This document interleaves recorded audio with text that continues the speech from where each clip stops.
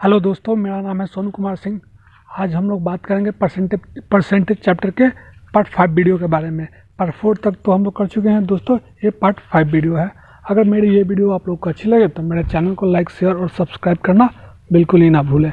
चलिए स्टार्ट करते हैं दोस्तों। 1 नंबर क्वेश्चन है दोस्तों, यदि मिटाने वाली रबड़ों के भाव में 25% कमी हो जाए तो कोई व्यक्ति 1 रुपये में 2 रबड़ और अधिक खरीद सकता है। ठीक है, तो 1 रुपये में प्राप्त रबड़ों की संख्या निकालनी है, इसमें प्रारंभिक भाव निकालना है। तो इसका फॉर्मूला होता है दोस्तों, 2 फॉर्मूला होता है। पहले यहाँ पे देख लो, अगर इसमें प्रारंभिक निकालना है, अगर घटा हुआ पूछे तो उसका फॉर्मूला है आपका x into Y by 100 into A. ठीक है, और अगर प्रारंभिक पूछे, आरंभिक या प्रारंभिक जो भी हो, आरंभिक मूल्य पूछे, आरंभिक भाव या आरंभिक मूल्य पूछे तो उसका फॉर्मूला है x into Y by 100 minus X into A. यहाँ पे x हो गया दोस्तों, आपका क्या हो गया, x हो गया जो कमी जो देख परसेंट में, मान लो इसमें कितना का 25% का कमी ना, तो ये x का वैल्यू हो गया, और y हो गया आपका रुपए का। ठीक है, y क्या हो गया आपका रुपया हो गया। मान लो कि 1 रुपये में 2 रबड़ अधिक खरीद सकते हैं, तो y हो गया रुपया, ये हो गया परसेंटेज कमी, और ए हो गया वस्तु। ठीक है, कितनी कोई वस्तु हो गया, मतलब 2 रबड़ या 4 रबड़ जो भी अधिक खरीदते ये हो गया। तो निकालना हम लोग क्या चाहिए, इसमें प्रारंभिक मूल्य निकालना है, प्रारंभिक भाव निकालना है। तो इस फॉर्मूले का यूज करेंगे हम लोग। एक्स आपका क्या हो गया, कितने परसेंट की कमी, 25% का ना, तो एक्स का वैल्यू क्या हो गया आपका यहाँ पे 25 इंटू वाई आपका क्या हो गया, वाई आपका हो गया रुपया, पैसा हो गया, यानी कि कितना रुपया, 1 रुपया ना, तो 1 रुपया लिख दो बाई, और ए क्या हो गया आपका, ए आपका हो गया, ए हो गया आपका वो वस्तु, जो वस्तु दिया वो हो गया। तो वस्तु कितना है, 2 है ना, 2 रबड़ है, तो यहाँ 2 लिख दो इंटू 100 माइनस एक्स, यानी 100 और माइनस एक्स, वो प्रतिशत कमी जो दिया है कितना है 25 है ना, तो इसी को माइनस कर दो इसमें, बनाओ इसको 25 इंटू 1 बाई 2, इसको ब्रैकेट में दो। 100 में से 25 माइनस करेंगे तो कितना जाएगा, 75 हो जाएगा ना, कट जाएगा, 25 थी यहाँ 75 इक्वल टू 1, 3 दूना 6, यानी ये 1 रुपये में कितने रबड़ मिलेंगे, प्रारंभिक भाव क्या है, 1 रुपये में 6 रबड़ मिलेंगे। तो इसका राइट आंसर आपका क्या हो जाएगा, इसका राइट आंसर आपका हो जाएगा बी। अगर घटा हुआ मूल्य पूछे तो इसका यूज कर लेना, प्रारंभिक पूछा है तो इसका यूज करेंगे। एक्स हो गया आपका कमी परसेंटेज, वाई हो गया आपका रुपया, ए हो गया वस्तु, कोई वस्तु कितना ज़्यादा है, तो प्रारंभिक पूछे तो इस फॉर्मूले का यूज करना, और घटा हुआ मूल्य पूछे तो इसका यूज करना। 2 नंबर क्वेश्चन है दोस्तों, 2 नंबर क्वेश्चन क्या है, 2 नंबर का क्वेश्चन है, अजय अपने वेतन का 25% घर के किराए 5% खदान यानी खाने पीने पे 15% यात्रा और तथा 10% कपड़ों पे खर्च करता है, तथा 27,000 रुपये की बचत करता है। तो अजय की मासिक आय यानी मंथली जो पेमेंट है वो ज्ञात करना है। पहले तो खर्च कितना करता है, 25% खर्च करता है घर पर, उसके बाद क्या है 15% खाद्यान्न यानी खाने पीने पे खर्च करता है, उसके बाद क्या है 15% यात्रा पे खर्च करता है, उसके बाद क्या है 10% कपड़ों पे खर्च करता है। इन सबको ऐड कर दो, क्या हो जाएगा, ये 25 35 हो जाएगा, 30 और 15 कितना हो जाएगा 45, 45 10 55 हो जाएगा। इतना परसेंट वो खर्च करता है। तो कोई भी संख्या अपने आप में 100% होता है, तो इतना खर्च करता है तो बचाता कितना है, तो 100 में से क्या करेंगे हम लोग, 100 में से इसको माइनस कर लो, यानी कि 100 में से 55 माइनस करेंगे तो कितना हो जाएगा 45%, यानी ये हो गया बचत और ये हो गया खर्च, यानी इतना खर्च करता है तो बचाता कितना है 45%। और जो बचत है वो दिया हुआ है, उसका बचत कितना दिया है 27,000 रुपये, बचत कितना दिया हुआ है 27,000 रुपये, 27,000 रुपये क्या दिया है बचत दिया है, यानी ये 45% किसके बराबर हो जाएगा 27,000 का हो जाएगा ना। तो पेमेंट तो मंथली पेमेंट पता नहीं है, तो मान लेंगे एक्स का 45% कितना दिया है 27,000, यानी एक्स का 45% यानी 45/100 इसका तो कितना आ जाएगा 27,000। अब ये क्या है, नीचे वाला ऊपर, ऊपर वाला नीचे, यानी भाग वाला गुना में और गुना वाला भाग में, यानी 27,000 गुने ये 100 ऊपर चला जाएगा और ये 45 नीचे आ जाएगा। कटा दो, ये 5 से 9 बार में कट जाएगा और ये 5 से 20 बार में कट जाएगा, और ये 9 से कितने बार में कट जाएगा, 9 दिया 27, 3 बार में कट जाएगा, और 3 जीरो यानी ऊपर क्या हो जाएगा 3,000। अब 3,000 को 20 से गुना कर दो, यानी 3 दूना 6 हो जाएगा ना, 3 दूना 6, यानी 3 दूना 6, 3 जीरो यहाँ पे, 1 जीरो यहाँ पे रख दो, यानी कितना हो जाएगा 60,000। यानी इसका राइट आंसर आपका आप लोग क्या हो जाएगा ए इसका आपका राइट आंसर हो जाएगा। 3 नंबर क्वेश्चन है दोस्तों। 3 नंबर क्वेश्चन क्या है? किसी परीक्षा में ए तथा बी क्रमशः अधिकतम अंकों का 60% तथा 30% अंक प्राप्त करते हैं। इनके प्राप्तांकों का योग 783 है। तो परीक्षा में पूर्णांक कितने हैं? परीक्षा का पूर्णांक निकालना है। तो पहले ए कितना लाता है? ए लाता है 60% है। और बी क्या है? बी कितना लाता है? 30% लाता है। और इन दोनों को जोड़कर जो उनका योग है कितना है? 783 है। इन दोनों को ऐड करके कितना अंक लाता है? 783। यानी इन दोनों को जो अंकों का योग है, अंकों को जो ऐड करने पे कितना इनका हो रहा है? 783। यानी इन दोनों को हम लोग जोड़ेंगे तो 783 आना चाहिए। तो परीक्षा का पूर्णांक ज्ञात करना है। तो परीक्षा का पूर्णांक तो पता नहीं है, तो उसको क्या मान लो? x मान लो। और इन दोनों को ऐड करके कितना दिया है? 783। यानी कि 60 और 30 कितना हो जाएगा? 90%। 90% किसके इक्वल हो जाएगा? 783 के। यानी x का 90% आपका दिया हुआ है। x का 90% कितना दिया हुआ है? 783। ये a प्लस बी, यानी a प्लस बी कितना दिया हुआ है? 783। यानी कि 90%, यानी 90%, 90/100। यानी दोनों को ऐड करके कितना अंक दिया हुआ है? 783। अब कुछ नहीं करना है। अब नीचे वाला ऊपर वाले नीचे, यानी 783 जो भाग में हो उसको गुना में, और जो गुना है उसको भाग में कर दो। 1 जीरो से 1 जीरो कटा दो, इसको कटा दो। 9 टे 72 और 9 सत्ते 63 कट जाएगा 87 बार में। 87 को अब 10 से मल्टीप्लाई कर दो, गुना करेंगे तो कितना आ जाएगा? 870। यानी इसका राइट आंसर आपका क्या हो जाएगा? इसका राइट आंसर आपका हो जाएगा बी। 4 नंबर क्वेश्चन है दोस्तों। एक विद्यार्थी को किसी राशि का 3.1/2% ज्ञात करने के लिए कहा गया। उसने रिवर्स यानी गलती से उस राशि का 5.1/2% ज्ञात किया जो 220 था। तो सही उत्तर ज्ञात करें। तो पहले तो क्या करना है? किसी राशि पता नहीं, यानी कोई पूर्णांक या राशि पता नहीं है, तो उसको हम लोग मान लेंगे, क्या मान लेंगे? x मान लेंगे। एक विद्यार्थी को ज्ञात करने के लिए कितना कहा गया था? 3.1/2% ज्ञात करने के लिए क्या कहा गया था? और उसने ज्ञात कितना किया? 5.1/2% कहा गया था इतना निकालने के लिए, लेकिन उसने निकाला कितना? इतना, जो कि वो राशि कितना है? इतना निकालने पे 220 आया। 220 आया ना। यानी 5.1/2 किसके बराबर हो जाएगा? 220 के बराबर हो जाएगा। राशि तो पता नहीं है, तो उसको x मान लिए। यानी x का इतना % इक्वल टू इतना होगा ना। तो यानी x का क्या कर लेंगे? पहले पूर्णांक निकाल लो। x का तोड़ दो इसको। 5 दूना 10, 10 1 11, यानी कि 11/2 है, 2 होगा ना।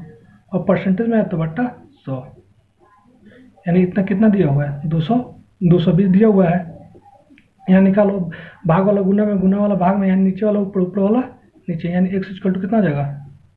220 × 2 × 100, ये जो नीचे वाला है। और ऊपर क्या है? 11 है, लिख दो यहाँ पे 11। तो 11 दूना 22, यानी ऊपर क्या हो जाएगा? 20 हो जाएगा। 2 दूनी का 4, गुना कर दो। 2 दूनी का 4, और जीरो कितना है? 1 2 3 बैठा दो, यानी वो क्या था? राशि 4000 था। ठीक है ना।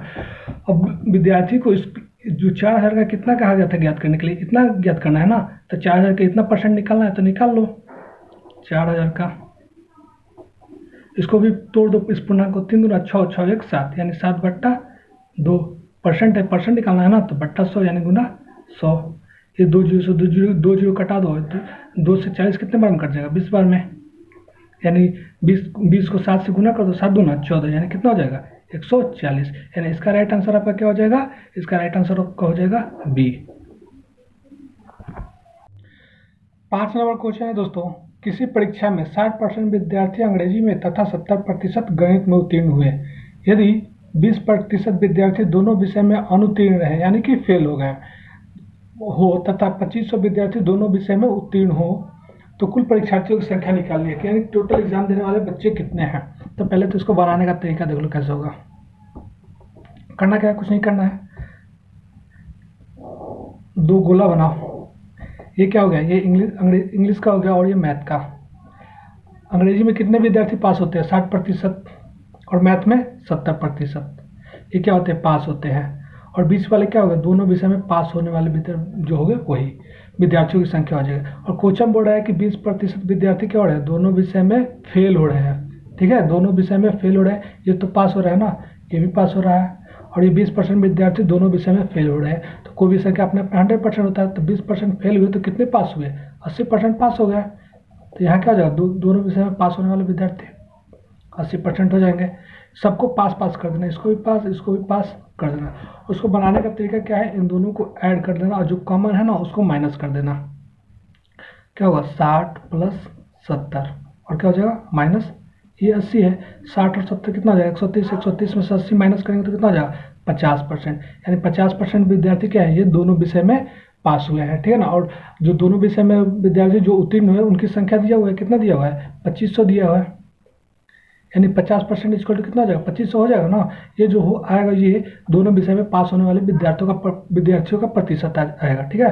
यानी पूर्णांक विद्यार्थियों की संख्या तो पता नहीं है तो x मान लेंगे और दिया है x का 50% जो पास है वो कितने विद्यार्थी 2500 है। यानी कि विद्यार्थियों की संख्या x और x का 50% निकाल लो, 50/100 इक्वल टू कितना हो जाएगा 2500। और कुछ नहीं करना है, भाग वाला गुना में और गुना वाला भाग में कर दो। यानी 2500 गुने नीचे वाला ऊपर वाला नीचे 100/50, इसको कटा दो, एक जो से जो कट जाएगा 5 से 50 25, यानी 50 बार में 50 को 100 से मल्टीप्लाई करोगे तो कितना आएगा 5000। यानी कि विद्यार्थियों का टोटल संख्या कितना हो जाएगा 5000। यानी इसका राइट आंसर क्या हो जाएगा आपका डी हो जाएगा। इसको बनाने का एक और तरीका है, अब यहाँ पे पास पास किए तो यहाँ पे अब फेल के तरीके से बनाओ। अब बनाओ यहाँ पे, मान लो कि 60% विद्यार्थी इंग्लिश में पास हुए तो फेल कितने हुए 40% ना, कोई भी संख्या अपने 100%, तो ये 40 हो गया। और 70% मैथ में पास हुए तो फेल कितने हुए 30%। और यहाँ भी फेल दिया हुआ है, दोनों विषय में फेल कितना है 20%, तो ये यहाँ पे 20 लिख दो। तो सब क्या हो गया, ये फेल हो गया, ये भी फेल हो गया, ये भी दोनों विषय में फेल हो गया ना। तो बनाने का तरीका क्या है, इस दोनों को प्लस कर दो, जो कॉमन है उसको माइनस कर दो। यानी कि 40 + 30 - 20 कर दो। 40 + 30 कितना हो जाएगा 70 - 20, यानी कितना हो जाएगा 50%। 50% विद्यार्थी अगर फेल हुए तो कोई भी संख्या अपने में 100% होता है ना, तो 50% फेल हुए तो पास कितने हुए, तो फेल हुए तो पास कितने हो गए, तो 100 में से 50 को माइनस कर दो, यानी 50% क्या हो जाएंगे पास हो जाएंगे, ठीक है। तो पास दिया हुआ है, पास कितना है 2500 दिया है, यही ना 2500 दिया है। तो विद्यार्थियों की संख्या पता नहीं तो उसको x मान लो, x का 50% दिया हुआ है इतना, उसको निकाल लो तो क्या हो जाएगा इसका 5000 हो जाएगा। इसका राइट आंसर डी हो जाएगा। ये 5 नंबर क्वेश्चन था। 6 नंबर क्वेश्चन है दोस्तों, एक परीक्षा में 42% अभ्यर्थी गणित में तथा 52% अभ्यर्थी अंग्रेजी में अनुत्तीर्ण हुए, यानी कि फेल हो गए।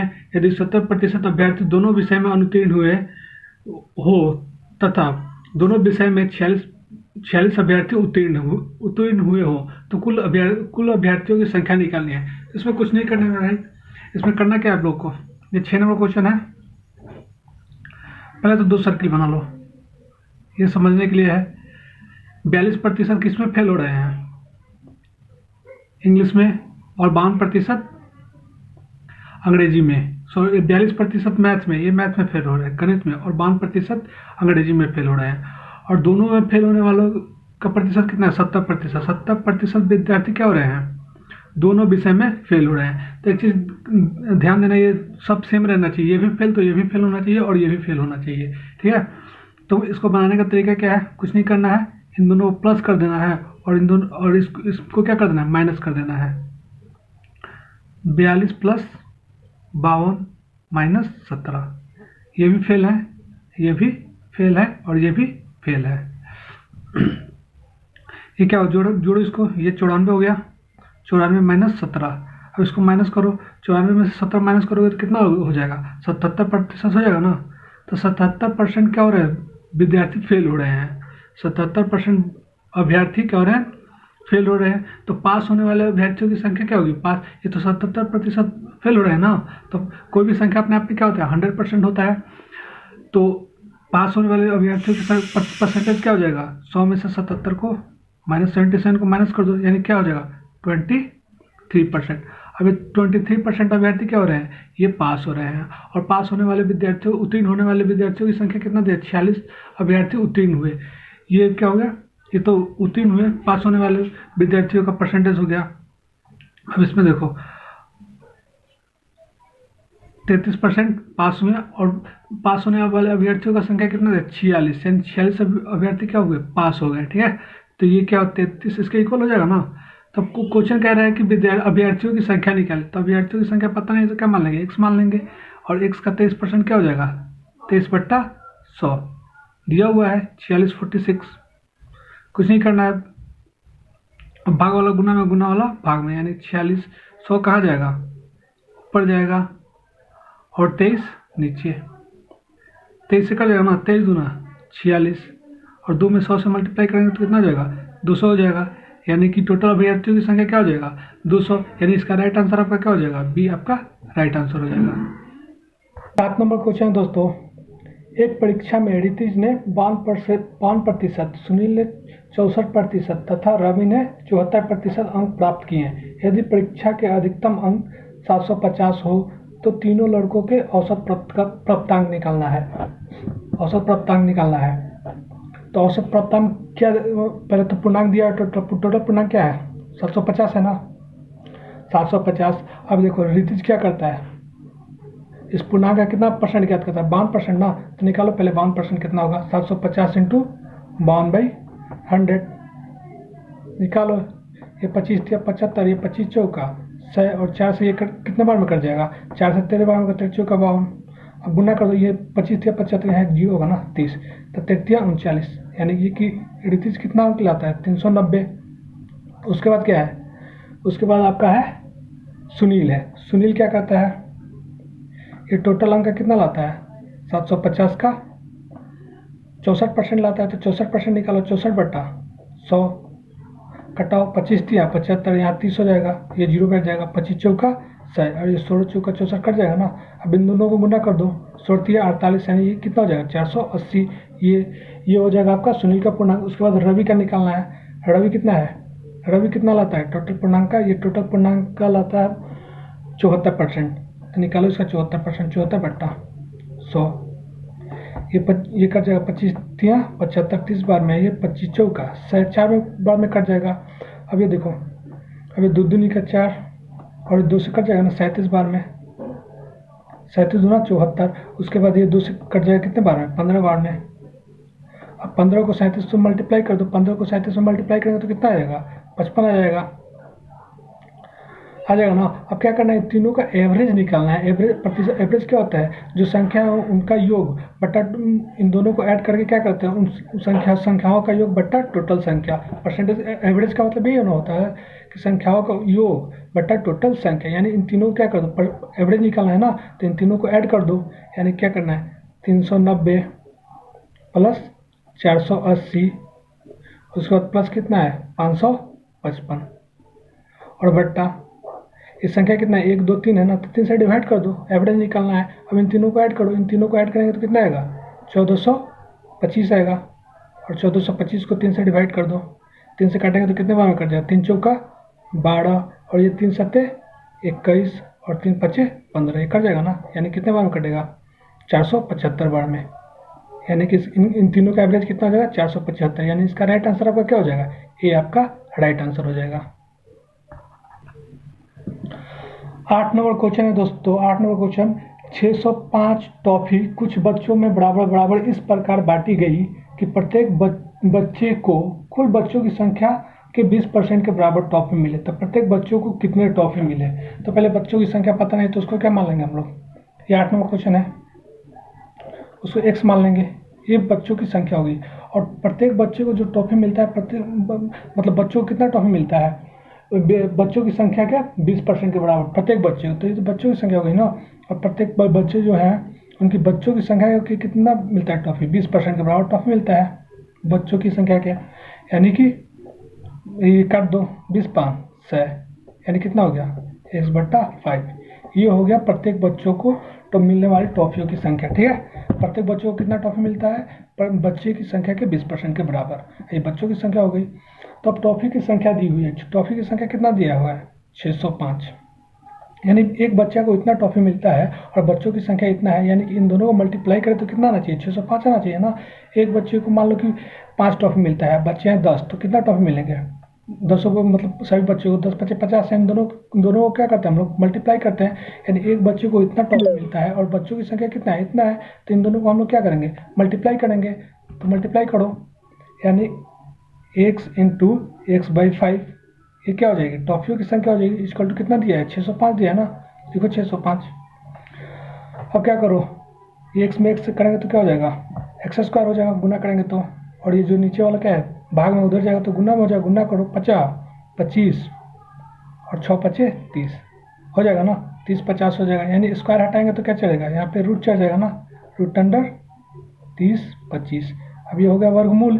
अब इसका वर्गमूल निकालो क्या होगा, तो वर्गमूल निकालने का तरीका क्या है, 30 25 इसका निकालो वर्गमूल, घेरो, 2 जोड़ा लगाओ, और ये आप कितने से जाएगा, 6 से तो जाएगा नहीं, 5 से जाएगा, 50 25 एक 5 यहाँ, तो यहाँ पे भी 5 लिख देंगे हम। वो वर्गमूल, उम्मीद है वर्गमूल सब लोगों को निकालने आती होगी। और इसको माइनस करेंगे तो ये 5 और ये कट जाएगा, और ये क्या हो जाएगा, ये 2 जोड़ा लगाए हैं तो यहाँ पे लिख देंगे, और इन दोनों को ऐड कर दो, 5 5 10।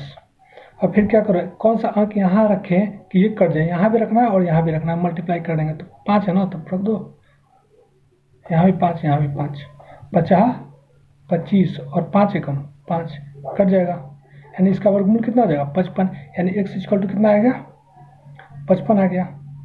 तब क्वेश्चन बोल रहा है कि प्रत्येक बच्चों को कितना टॉफी मिला, यानी एक बच्चे को कितना टॉफी मिला, यानी बच्चों की संख्या आ गया 55 और टॉफी मिल रहा है कि बच्चों की संख्या के 20% के बराबर, यानी x/5, x का वैल्यू कितना आ गया 55 आ गया ना, तब रख दो यहाँ पे x का वैल्यू कितना आ गया 55, तो x का जगह 55 लिख दो, 55/5 कटा दो, 5 से कितने बार में कट जाएगा, 11 बार में कट जाएगा, यानी इसका राइट आंसर क्या हो जाएगा आपका, ये इसका राइट आंसर हो जाएगा। यहाँ 55 है, 11 5 55 कट जाएगा, ये जो हो जाएगा क्या होगा टॉफी, यानी प्रत्येक बच्चे को कितना टॉफी मिलेगा 11 टॉफी मिलेगा, इसका राइट आंसर आपका ये होगा। 9 नंबर क्वेश्चन दोस्तों, 9 नंबर क्वेश्चन क्या है, राम अपनी मासिक आय का 20% अपनी घरेलू आवश्यकताओं पर और 20% कितना घरेलू आवश्यकताओं पर जो घर पर खर्च होता है, और शेष आय का 15% पुस्तक पर, ये घर पे खर्च करता है, और शेष आय का ये बुक पे खर्च करता है, तथा शेष आय का 30% कपड़ों पे खर्च करता है, ये कपड़ों पे खर्च करता है। अब उसके पास 9,520 बचत है, यानी उसके पास बचत जो दिया हुआ है 9,520, तो उसकी मासिक आय बताएं, बचत कितना दिया है 9,520, ये क्या है, ये बचत है। तो पहले क्वेश्चन देख लो, क्वेश्चन क्या है, घर पे खर्च करता है 20% अपनी आय का, आय नहीं पता है तो आय को क्या मान लो x मान लो, 20% घर पे खर्च करता है, और शेष का 15% बुक पे खर्च करता है, और फिर शेष का 30% किस पे खर्च करता है, अपने क्लॉथ पे यानी कपड़ों पे खर्च करता है। तो पहले तो आयो, और यहाँ पे दिया क्या है, बचत दिया हुआ है, बचत दिया है ना, तो इसमें करना कुछ नहीं है आपको, इसमें क्या कर मान लेना, आय मान लेना, x मान लेना, ठीक है, पता नहीं है तो आय क्या मान लेना x का 20% खर्च करता है, x का 20% खर्च करता है ना, तो बचत कितना, कोई भी संख्या अपने आप में 100% होता है, x का 20% घर पे खर्च करता है तो बचाता है कितना 80%, यानी यहाँ पे बचत दिया है इसलिए बचत निकाल लो, 20% खर्च करता है तो बचाया कितना 80%, यानी 80/100। और उसके बाद शेष का, यानी शेष का ना, अब इसका कितना खर्च करता है 15% बुक पे खर्च करता है, तो फिर बचत कितना करता है, तो 100 में से 15 को माइनस कर दो तो कितना हो जाएगा, अगर 85% हो जाएगा, यानी इंटू का साइन देकर क्या करना 85/100। फिर आगे क्वेश्चन कह रहा है शेष का, जो अब ये बचा, फिर शेष का 30% किस पे खर्च करता है, क्लॉथ पे, यानी 30% क्लॉथ पे खर्च करता है तो बचाया कितना 70% ना, यानी ये भी संख्या अपने आप में क्या है 100%, यानी क्या हो जाएगा 70/100। तो ये सब क्या निकल जाएगा बचत, और बचत दिया हुआ है, बचत कितना दिया है 9,520, यानी इसके इक्वल कर दो 9,520।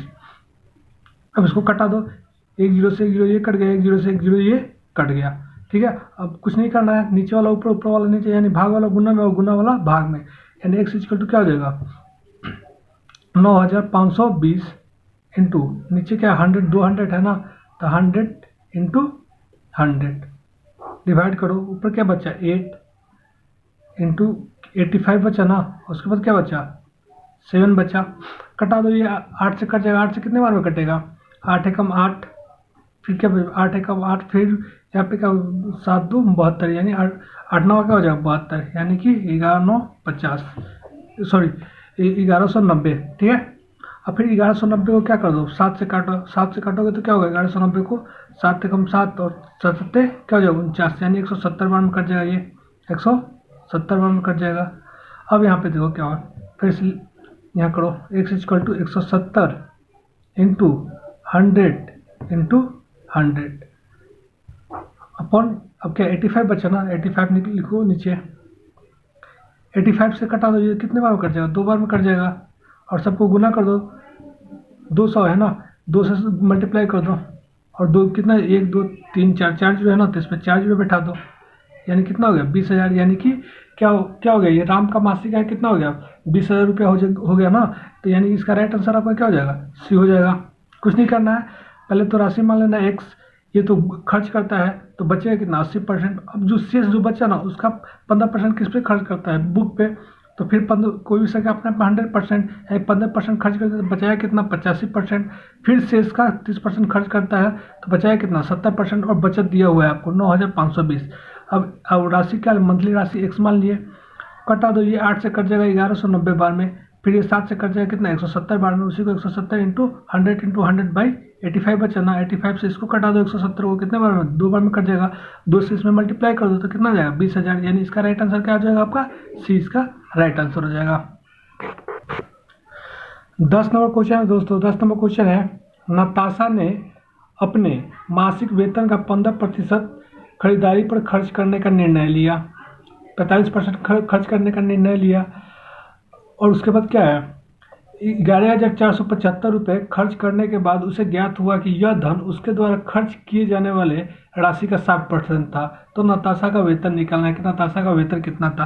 तो यहाँ पे वेतन पता नहीं है ना, तो एक्स मान लो यहाँ पे। फिर देखो यहाँ पे पहले उसने कितना खर्च करने का निर्णय लिया, 45% ना, 45% खर्च करने का निर्णय लिया। और क्या लिया, 11,475 रुपये खर्च करने के बाद उसे ज्ञात हुआ कि ये जो राशि है इसका कितना है 60% है। ये राशि क्या है, इसका 60% है। तो कुछ नहीं करना है, पहले तो राशि पता नहीं है तो उसको क्या मान लो, x मान लो। नताशा ने पहले कितने खर्च करने का निर्णय लिया, 45% ना, इसका 45% निकाल लो, 45/100, 45% कितना होगा, ठीक है। तो बाद में उसे ज्ञात हुआ, इतना पैसा खर्च करने के बाद उसे ज्ञात हुआ कि ये जो धन है इसका कितना है 60% है, ठीक है। इसका कितना है 60%, यानी 45% का कितना, ये कितना है 60% है ना। x का पहले उसने निर्णय कितना लिया खर्च करने का 45%, यानी x का 45/100 इसको लिख देना।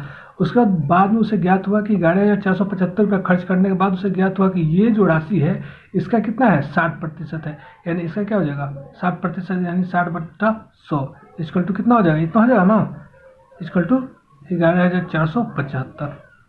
कुछ मत करो, अब क्या करो, x इक्वल टू नीचे वाला ऊपर वाला नीचे, यानी गुना वाला भाग वाला गुना में कर दो, 11,475 गुने 100 इंटू 100 कर दो, और नीचे क्या बचा 45 और 60, यही आया ना।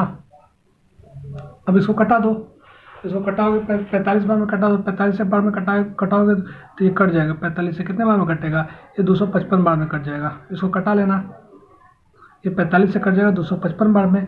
फिर यहाँ से 1 0 से 1 0 इसको कटा दो, ये 2 से कट जाएगा 5 बार में, और ये 2 से 3 बार में। अब 3 से इसको कटा दो, 3 से इसको कटाएंगे तो क्या हो जाएगा, 3 × 8 = 24 हो जाएगा ना, 3 × 8 = 24, और क्या हो जाएगा 3 × 5 = 15, यानी 85 बार में कट जाएगा। ये 3 से कितने बार में कट जाएगा 85 बार में, यानी आया कितना 85 × 5 × 100। अब मल्टीप्लाई कर दो इसको, 8 × 5 = 40 का 0 हासिल 4, सॉरी मल्टीप्लाई करो, पहले तो 2 जीरो डाल दो, 50 25 का 5 हासिल 2, 8 × 5 = 40, 40 2 42, यानी उसका ये क्या हो गया 42,500। ये क्या निकालना था आप लोगों को, ये निकालना था नताशा का वेतन, यानी नताशा का वेतन क्या हो जाएगा 42,500, यानी इसका राइट आंसर आपका क्या हो जाएगा, सी आपका राइट आंसर हो जाएगा 42,500। तो फिर से एक बार इस क्वेश्चन को देख लो।